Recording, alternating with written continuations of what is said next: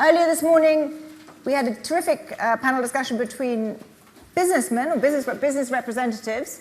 We're now going to take a different perspective, and we have here a very large panel of representatives from all manner of perspective, and we have here a very large panel of representatives from all manner of efficiencies, subnational level, national level, international organizations, and particularly when the situation in different countries is very different. So how you see your role. So I'm going to quickly introduce our panel. From my immediate left all the way along, Robert Biedroń, Mayor of Słupsk in Poland. Good morning, everyone. Welcome. Sala Sastamoinen, Director of Equality at the European Commission. Welcome. Next to Sala, Ulrike Lunacek, Member of the European Parliament, Vice President of and Chair of the LGBTI Intergroup within the European Parliament. Welcome. Hello. And next to Ulrike is Shona Olney, Chief of the Gender Equality and Diversity Branch at the International Labour Organization. Welcome. And last but absolutely not least, Fred Hochberg, Chairman and President of the Export-Import Bank of the United States. So we have a very broad range of organizations and levels of government represented. And I'm trying to work out whether to go from the supranational level downwards or from the subnational level upwards. But with apologies to you, Robert, I'm going to start big and go to the subnational level. Can we vote? No, not right now. No voting. There's no democracy here. So now this is going to get me into serious problems, because obviously by whom I choose, you're going to think which is the biggest level of supranational organization. So this is going to, get me in hot water. But Shona, the ILO is a very broad organization with members from how many member countries do you have? As of last week, 187. You have 187 countries with very, very different positions on LGBT issues. Absolutely. So what do you see your role as being? Okay, I'm going to go even bigger than just the ILO. I'm going to go the UN, because we're part of the UN family. Now, this morning we heard about the diversity dividend. There's a real benefit to diversity for companies. We know that you can win the war on talent, that you can innovate, you can be more creative. We also talked a little bit about how we can attract the consumer. So if you're a mirror of your consumers, they will buy from you. If people don't trust you, if they don't like you, they won't buy from you. And if we look at the LGBT community, it's estimated, and the estimates vary, depend on the report you read, that they control about $3.7 trillion in consumer spending. Now that's a lot of money, $3.7 trillion. So you want to get into that diversity dividend. But we don't even start talking about a business case if there's not a rights foundation. And some of that started to bubble up a little bit this morning. So, for example, if you're in a country where you can be discriminated against with impunity. If you go into your workplace, you can be harassed, you can be stigmatized, and there's nothing you can do about it. How do we get to the business case? Now let's take an even more extreme example. Let's talk about these, this range of countries. In 76 countries of the world, just imagine, you can be put into jail because of the person you love. 76 countries. And in some of those countries, you can even be subjected to the death penalty. We don't even start to talk about the business case.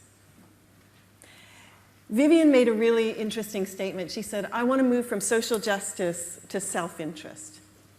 And self-interest is really important, and business has to make money.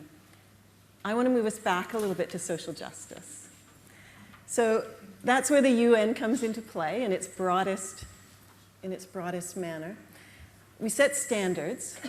Now, the UN is not just some chocolate box in Geneva or in New York. The UN is its member states. And in the case of the ILO, also business and labor. We're a little bit special in the UN system. So what can we do? We can set standards that say this is what we expect from all societies. This is the minimum that you must uphold. And at the very core of that debate is human rights, it's equality, it's non-discrimination. All human beings, not just some, not just the straight, not just the ones we like, all human beings are born free and equal in dignity and rights. The Universal Declaration of Human Rights. Now, we need to make that a reality, all human beings. And I think we have a very important role in doing that. So we set the standards, the member states set the standards, then we can help them monitor that. We can bring to light violations, and there have been a couple of really interesting reports of the Human Rights Council around violations of LGBT rights. Really important reports. We can also help to work together to find solutions so that truly all human beings are free and equal in dignity and rights. Thank you. That is an extremely welcome aspiration, but the reality is that a large number of your member countries do not uphold these rights. Absolutely. And they may even pay lip service to it, but some don't even do that, and the ones that pay lip service don't do very much. So what is the role of the ILO and the UN more broadly? Is it primarily a awareness-raising body, in the same way that, paralleling the conversation we had earlier this morning, when you raise awareness, you are making progress, or do you actually do more than that? The ILO itself has a project that actually goes into 10 countries, so across the world, so different regions, and we look at the rights framework for LGBT rights, and then we also go in and actually talk to people in the LGBT community. We have individual interviews, we have focus groups, and we try to see what is their reality. So we have the rights framework, but then we have a reality which sometimes is very disconnected from that. So, and then we can make recommendations. And what's been interesting about that was when we started this a few years ago, we kind of had to convince countries to be part of the process. But now we're having countries come to us and say, can we now be part of this? We're really interested. We want to know what's going on in our country and get some recommendations. So I think it starts to create a momentum when you start bringing up these issues. But we also help countries revise their laws. Very, very practical. So to put in actual rights in the laws. Now, laws can't do everything. They're not going to change mindsets overnight. But I think they're deeply symbolic. They give rights, they give remedies, and they say, hey, this is not okay in our society. So we can go down to that level. And when you deal with labor rights, so you're dealing with the labor law in countries, it's very practical, it's very tangible. And it affects just about everybody because we're all workers and employers at some level. So I think we can do that at a very practical level. Let's drill down to a still very large group of countries, but somewhat smaller than those covered by the ILO, which is the European Union. And Sala, the European Commission clearly has more power, may I say, than the UN. Perhaps too much, as many people in this country think. But you have the capacity to set standards, set regulations. But you also have countries that have very different views and are in very different places on the LGBT agenda. So how do you see your role at the European Commission? Exactly. So I come from the Commission and from the Union, which has the motto of united in diversity. And I think that there we start in diversity. And we have all the 28 member states in our case, where the situation of the LGBT people is different, it's varying. We have surveyed this recently through a Eurobarometer public opinion survey, for example, which tested the acceptance of the LGBTI people, for example, in the workplace. And in general, the acceptance of the question of would you like to have a LGBTI colleague, 60% says yes. It says that 40% is not so eager, but the variation is bigger. We have countries where this acceptance is 90%, and for example, UK, where we are now, is one of those. But we do have also countries where the acceptance, even in the workplace, is from 20 to 30%. And those countries are Slovak Republic, Romania, Bulgaria. I can mention the countries because all the results are public of this Eurobarometer survey. So the situation is different. The situation is also different on the businesses side. We are supporting the businesses through the diversity charters, which is the voluntary commitment system for the voluntary commitments of the businesses. And we see that currently we have that kind of the national charter in 15 member states, and that means that in 13 member states one still needs to work, and that is also then the support that we can give. But we are, as you said, we are a legal union. That way the European Union is a special one. And we have the standard-setting legislative powers. And also one of our main priorities is fighting discrimination on all grounds, including on the ground of sexual orientation. And the European Union has set already now 15 years ago a directive on the employment equality, which prohibits discrimination on the basis of the sexual orientation. But the laws are not enough, standard setting is not enough, so we have other roles for the European Commission. We must be a policy leader, a political leader, and one way is then speaking up, being visible, and that's why I'm very proud of the Commission currently, because we have, and I'm so proud I'm hanging on this, we have a list of actions by the Commission to advance LGBTI equality. This is new one. This is from December, and that sets up our work this plan for the next year. This is actions you've done? Or this is now the actions which we will take. It's a policy framework, so that way it's about the political, policy leadership. It's a policy framework now for the next 4 years. And what kind of things will you be doing over the next 4 years? We will enforce the legislation, again in the role of the legal union, but we will also work to increase the acceptance. Example on the big awareness raising and communication campaign that you mentioned. We think that that is also then part of our work. We think that the civil society plays a very important role, and that's why we do support civil society organizations also in the area of the LGBTI. So it's funding. It's, we are funding organizations or their projects. And we are supporting the businesses through these charters.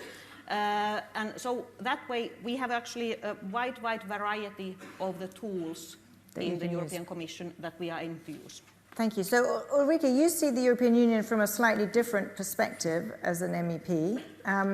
Do you, and you come from a country that, is it fair to say, sort of in the middle of the spectrum? Austria. But do you think that what the European Commission is doing as the sort of executive branch of the European Union is the enough and the right way to go? And what is the role of the European Parliament? Mm-hmm. Well, the role of the European Parliament is the one that pushes all the other EU institutions to move ahead.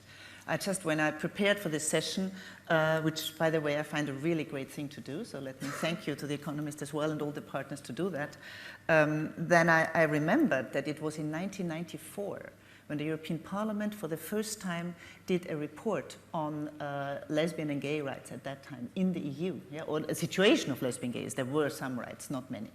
So that was sort of a push that the European Parliament did from that time on and has been doing for a long time.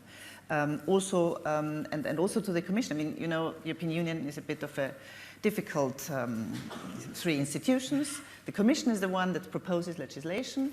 Then together, the Council, being governments of member states, and the Parliament do legislation together after the Commission has proposed. But that's where, as a Parliament, and usually, you know, as parliamentarians, we're the only ones directly elected from citizens. So we're also the ones who are used to be able to speak very openly about what we want, and in order to really get political will done and pushing forward. So, for example, this list of actions that colleague here from the Commission has been presenting, was like 2 years ago, exactly, on the 4th of February, 2 years ago, the European Parliament voted a report that I authored that was called Demanding a Roadmap Against Homophobia from the Commission to do that. So I'm very glad that the Commission now has done that, and I'm really looking forward that they are going to implement it in a way that will change the way people, especially in countries where LGBTI people still have a lot more problems than in others and are seen as deviant, as sick, and whatever they may find, that this will help to change that. Because, and I've been open as a lesbian for about, well, 35 years or something like that. I was the first politician in Austria to be open about being a lesbian. There were others, lesbians and gays, but I didn't say so, and that's 21 years ago. So I've had quite a history on that, and I've always thought that two things are extremely important for getting more equality for us. It's laws, of course, but laws are not the only thing. Visibility is also very important, and I just remembered before Irina Mir, she talked about that very often the lack of visibility is hindering also workplace progress. Yeah? So for me, that's also essential, and wherever I go, I urge all LGBTI people, please come out, dare to be open and out, because it just helps in your own life as well. Yeah? And very often, I think we are, or many of us, are a lot more afraid than we have to be. Yeah? Because my experience is, and yes, there are countries where you better don't, yeah? Or you just do it with your family maybe, or start somewhere. But I still have, even in my country, which by now, in general, the public, I think there's even 60% in favor, or 70% in favor of marriage, and more than 50% of adoption. We got these laws, not marriage, but partnership and adoption via the courts. Yeah? Because courts said yes, but we have to do that. So, in general, the public is rather positive. Yeah, there are still some you'll never convince them. Yeah, but abroad, like 10%, 20 or something, I think you just won't. But the other, yeah, are to be won. That's a message that's come across all morning. The importance of leadership, of speaking out. I can't resist asking both of you, but maybe Ulrike, I'll ask you first. Since this is a conversation taking place at this point in London, what impact would Brexit have? Thanks for asking that. I was thinking about that when I came here as well. No, it's very good. I mean, at the European Parliament, beside the refugee issue, that is one of the main issues. Yeah? And I tell you that for many years that I have been in politics now, I was, and also in the European Parliament for 6 years, sometimes I really got annoyed at the UK government, you know? Discussing something together, watering it down, and then in the end saying, no, but we'll opt out. This is not something you do. But you do, if you do something together and then say, no, I don't participate, then why do you participate in the first place? But. No, wait. But at this time, and time of history, I would really like the UK to stay in the EU. Because lots of things, I won't go into all the others, but also especially because of LGBTI people's issues. The UK at the moment, and for a couple of years, has been a leading country in the EU. You have lots of acceptance. You have a conservative government that did marriage, which in Austria we couldn't even imagine. I mean, some of them would, but the others don't. So that is really leading, and it was also the UK that with the Equality Directive of, the Employment Equality Directive of 2000, then in the process until 2010, did a very broad equality directive that includes non-discrimination in access to services and goods, which we're still fighting for with the Commission to get the Council to get this second directive through. So you have that already in the UK. So what would it mean if the UK would leave? It would be a setback for, it could even be in the UK, because, for example, it might be that a government then might withdraw the EU anti-discrimination laws, yeah? That are, because being a EU member, you have to have that. Yeah? That might be one thing. For example, there's also the Victims' Rights Directive, which makes sure that LGBTI people, for example, when they are questioned or interviewed with the police or something, that this staff is professionally trained. Or maybe that's happening in the UK anyway, but you won't have this kind of the Commission watching that is also being done. Yeah? The asylum directives, yeah? Because since 2004, in the qualification directive for asylum seekers, there is an issue about sexual orientation, and that people should also have the access to asylum if they are lesbian or gay and come from the country where they are persecuted. So these kind of things will change, but also for the EU and also for other countries outside, watching that is also being done. Yeah? The asylum directives, yeah? Because since 2004, in the qualification directive for asylum seekers, there is an issue about sexual orientation, and that people should also have the access to asylum if they are lesbian or gay and come from the country where they are persecuted. So these kind of things will change, but also for the EU and also for other countries outside. The UK being an important part, also in foreign affairs, in the world, I think leaving would mean that the EU and others the UK is in touch with won't take LGBTI issues as serious anymore. Yeah? This would weaken the EU as such. So I would really be in favor of you to stay, hopefully. All right, thank you. And let me make one more thing. The Council of Europe, no, it's not the European Union, Council of Europe and the European Human Rights Convention. It was in 1981 a British man, Northern Ireland, Jeff Dudgeon, who went to the Strasbourg court that a law criminalizing homosexuality in Northern Ireland was overturned because of the court. What we have now, it might be that also a government, when you leave the EU, would also think the Human Rights Act of the Human Rights Act of 1998 could be repealed, and that would mean that no British citizens could go to the Strasbourg court anymore. So these are things that I really don't want. So please thank you for that. It's important to know that. Thank you very much.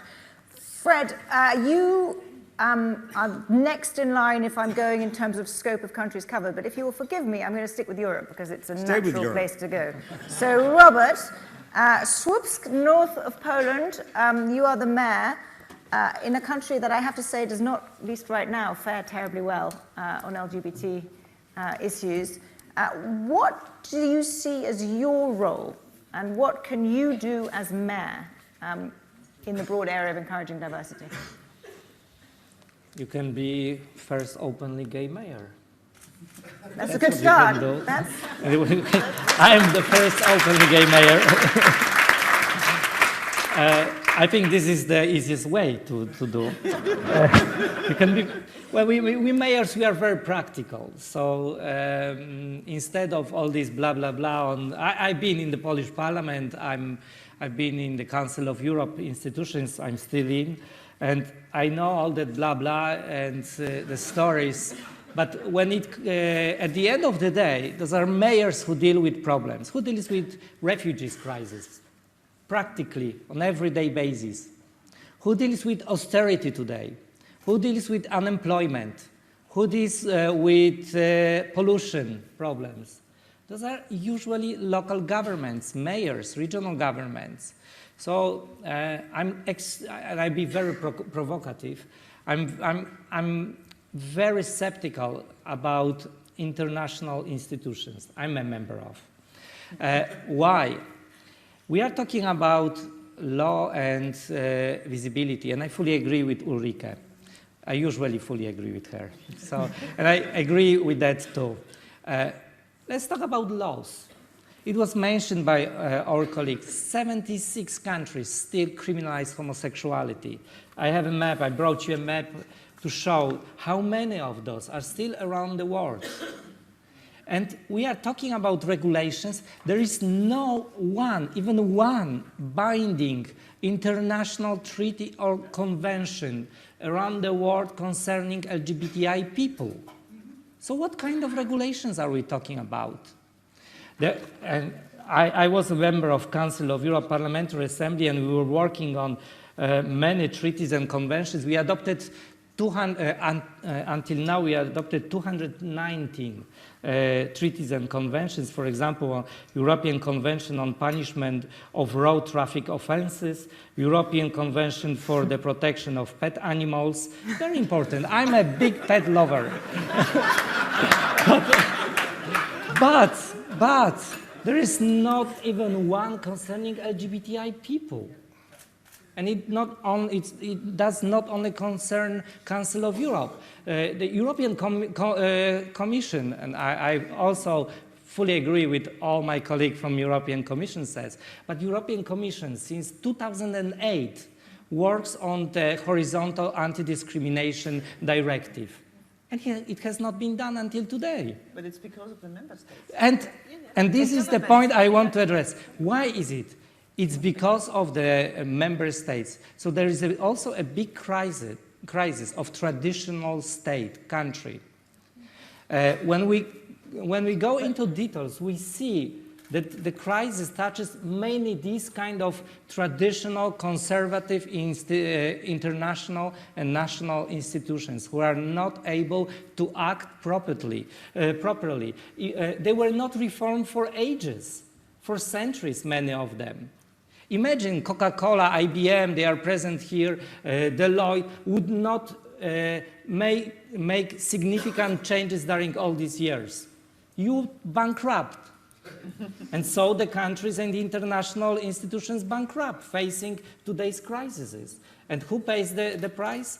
All of us pay the price. And who deals with the problems? Usually those are mayors and regional authorities, because at the end of the day, people live in our cities, and we need to deal with these problems.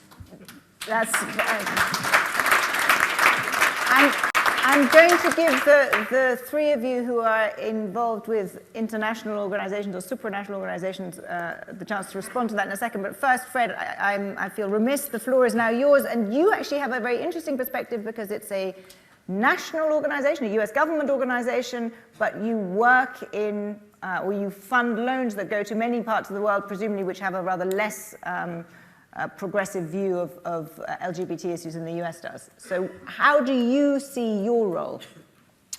Well, this is one of those cases where everything's been said, but everybody hasn't said it, because I think that the standards that were talked about up here are important to establish those standards, as well as visibility, because that makes it real and tangible. I was just met recently with an Indonesian minister as part of the ASEAN delegation that was in the United States, and we talked about doing business in Indonesia, and he came back to me 10 minutes later and said, I just read your bio online, which I thought was, we're in a meeting, and he went, and he said, I see you have a partner, and I feel terrible what we're doing in our country. So we've been talking up here, but everybody in this room and can do the same thing, and that is if you have a partner or a husband or a wife, including that in something as simple as your bio does change people's understanding. I've just arrived from Jeddah, not the most tolerating place for LGBT people, and before that Egypt. So I'm on my tour. Mozambique as well. South Africa was much better. One of the ministers in Saudi Arabia, I've been to Saudi Arabia 5 times in this job, and it's not lost on them that not only am I an openly gay person, the fact they have a gay Jewish banker, I think is kind of, adds a whole nother dimension to it. But it's, and one of the ministers who I've got to know pretty well, he made a point of talking about your personal courage. So clearly, he's read the bio, it's not a secret, but so I would also say there's not a person in this room that cannot advance what we're talking about, because we need the standards, but we need the visibility. And I think one of the other things we need, I know that Todd and Out Leadership have done this, we really need metrics, because I look at, in my job as chairman of the Export-Import Bank, we look at things like ease of doing business, corruption indexes, a number of things that the World Bank puts out and the World Economic puts out, and countries compete. I've heard even Vladimir Putin in 2011 said we're 120 in ease of doing business, we're going to get to 20. I'm not sure he got there, but my point was it was a stated goal. And I've heard Prime Minister Modi say we're going to increase our ease of doing business in India. Well, to the extent that we have a real metric, a real barometer of inclusion and acceptance, and not just tolerance but acceptance of LGBT people, country by country, it will guide investment decisions, it will guide companies moving there. And I think there's a real benefit by just recording the data and making it very accessible. Does it drive your decisions, and should it?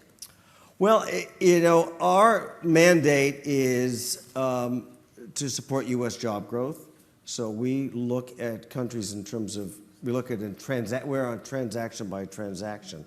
Now, it would have some subliminal impact or some impact in terms of creditworthiness and political stability, but it does not move it in a direct way. It sort of would be, you know, I can't even, you know, technically in our mandate, we once were looking at a project that would bring a lot of power to poor people, and it was really not something we were allowed to really consider as part of our criteria in making a decision. There's certainly a reputational issue that we certainly look at. So in some ways, it has a reputational standard we're allowed to apply at the Export-Import Bank. Should the U.S. government be putting its imprimatur on a loan to a place that is, or an entity that is particularly bad? We have to look at it from a reputational point of view. And there have been countries from time to time that we have pulled back from that reason. I'm not sure that LGBT issues have gotten high enough, but that's why partly I think if we could establish a more universal metric, I think that would actually help, because then countries would compete. I guess the question then to go back to the international or supranational organization is, should that be the case? And there seems to be, and Robert, you made it very clear, there's a huge dissonance between these standards which exist but which are not binding and therefore don't really constrain national level behavior. And so you have enormous amounts of good work done even within the EU, which doesn't actually translate into action that affects the life of the mayor or as much. So what should you, and let's just focus on Europe, because we've got the two of you here and Robert from Poland. What would be the best thing to happen to make sure that the gap between where you are and where you are is narrowed? Well, I mean, the one thing is that ideally every government and every regional authority should just implement the decisions they themselves decide, because it's not Brussels. It's all of us together. Yeah? Every minister, is there when, well, if they're not there, somebody represents them. So it's always this thing, Brussels isn't them, it's us. Yeah? So that would be the ideal thing.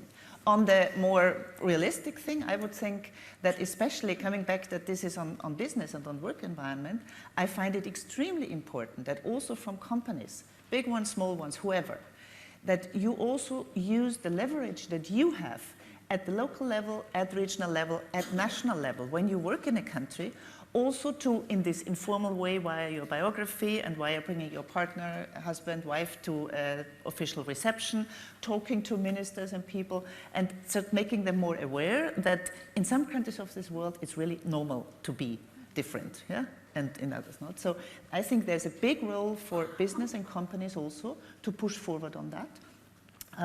And also, it has been said quite often, it is because of our own rights to have a dignified life as LGBTI people, but it's also good for the companies, yeah? Because I always take this, imagine you have just fallen in love and have had a wonderful weekend, and you come to the workplace on Monday morning, and then you know you better don't say that, yeah? Because you're gay or lesbian, and you better don't say who you had that beautiful weekend with and who you're in love with, because you're afraid of all this negative language about the faggots and the butchy women and all of that, and you don't want to hear that on yourself, yeah? So if you have, as a company, a policy that makes sure that you can talk about that, yeah? And that people ask you in a positive way, and those who talk badly, that they are called and somebody tells them, look, it's not just political correctness, it's about people and humans, yeah, and humanity. So that helps a lot. And also, especially if you work in countries where the situation is not good, I think it's important not to leave it to the politicians at UN level, ILO, EU, whatever. We also have to do our work, but also for you to talk about that and to try to pressurize in a way that's acceptable to many of those, because they don't want to lose their face, we know that they get more open-minded also about LGBTI people, about women as well in some countries, but in general about all kinds of minorities. I think there's a big role for all of us. But I think that's where government and companies play a role, particularly international governments, in the Commission, or there are a lot of, I'm looking at a bunch of IBM and a number of Deloitte, can play a real role, because when you're in those countries, just even the complexion of who's in that delegation makes a difference. Not at all. You're shaking. I fully don't agree. Good. I almost don't agree. Oh, good. Well, if you look at the global economy, there are companies which are richer than many of the countries. Walmart is the 25th economy of the world, would be the 25th budget of the country in the world. So they can compete with other countries with the money, and money matters, you know that. So unfortunately, or fortunately, but they do matter. And the power of today's globalized economy is so big that many countries lose, and they become dependent on the decisions of the companies. When big companies want to invest in countries, the smaller countries, I won't name that, not to blame them, but they very often dependent on the decisions of the big companies, globalized economies. And the influence of the states is less and less powerful. And that's why I fully agree that companies should play a very important role to be the role models, to promote the values, to talk about equality, about the diversity. This is the responsibility of the more and more, the richer and richer businesses around the world. I agree with that. Thank you. Shauna, we're going to run out of time. This is great, but Shauna followed by Salah, briefly. Thank you. I just want to talk about the role of government and the role of legislation, and just refer to a Gallup article, the Gallup polling company that came out last week. Now, the question that was asked, and has been asked over a series of years, is, in the city or area where you live, do you consider this to be a good place for gay and lesbian people to live? Okay. In the city or area where you live, is there gay and lesbian acceptance overall?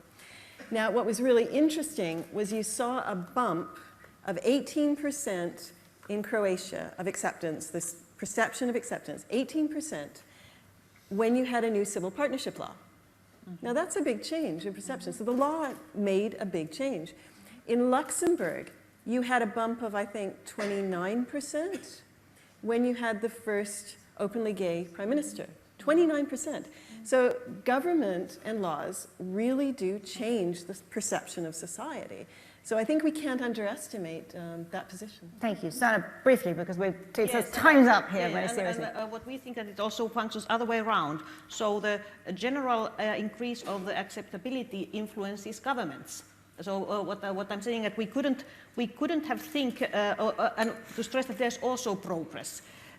We couldn't have think some years ago that we have countries like Greece, Italy, Ireland who accept the same-sex marriage or unions. And there it didn't come, or Malta, and it didn't come only from the government. It came from the people, it came from the civil society, it came from all the politicians, and that actually influences now to this what these governments are doing, that they are actually supporting more. Thank you. Very last word, Ulrike. Yes. No, I just want to say that's also from the European Parliament side what we do. And just make it's the LGBTI intergroup. You've got folders out there because that's what we do. We go to different places. I was in one of these big Europrides in Warsaw with Robert, 2010, when we got all these protesters on the sides and we were walking in the center of the city and not just somewhere abroad. So we're trying to support that. We also have the secretary of the intergroup here. So if you want to have anything on that before, I just like to, because it's something we really do a lot on visibility and on laws. And I think that, and trying to cooperate also with companies, because that I find extremely important. Thank you. This has been a great discussion. We could go on for a very long time, and I apologize.